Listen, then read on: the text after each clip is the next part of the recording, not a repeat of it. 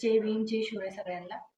तर पहिली गोष्ट तर हे सांगणार मी, की हे जे काही छोटे-मोठे मंत्री आहे ना, यांनी बाबासाहेबाचं नाव घेतलं काय, नाही घेतलं काय, काही फरक पडत नाही, असं मी सांगते. पण हां, अन्यायाविरुद्ध न बोलणं हा मोठा गुन्हा राहील.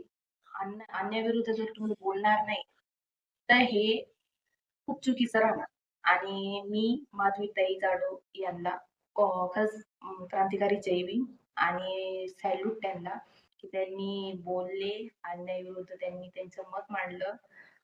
खूप म्हणजे खूप गर्वाची गोष्ट आहे. तर ही झालं असं ही न्यूज खूप व्हायरल झालेली ही न्यूज.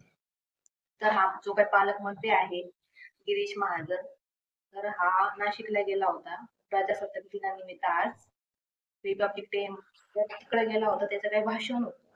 तर त्या भाषणामध्ये हा सगळ्या समाजसुधारकांचं नाव घेतो, वीर सावरकरांचे नाव घेतो, सगळ्यांचे नाव घेतो, पण बाबासाहेबांचं नाव डावलतो तो. बाबासाहेबांचं नाव कुठून सुद्धा तो घेत नाही. संविधानात ज्या गोष्टी करतो तो, पण